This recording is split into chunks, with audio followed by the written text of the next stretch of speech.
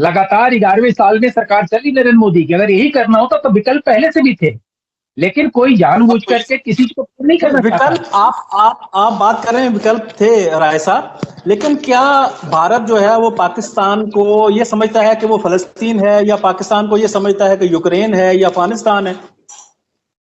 आपके जनरल का बयान क्या है? कश्मीर को लेके आपके जनरल का बयान जो सोशल मीडिया पे वायरल हो रहा है क्या है? मेरी बात सुने, जनरल का जो बयान है वो 1947 से ये मसला डिस्प्यूटेड है, ये मसला हल तलब है। 1948 में पंडित जवाहरलाल नेहरू खुद गए हैं वहां पे, माना है कि इसको कश्मीर को तस्वाबे राय से हल किया जाएगा। क्या आपको वीना राय साहब मालूम है इस बात का? राजा हरि सिंह वहां के राजा हुआ करते, हिंदू राजा थे। राजा हरि सिंह कश्मीर के नंबर 1।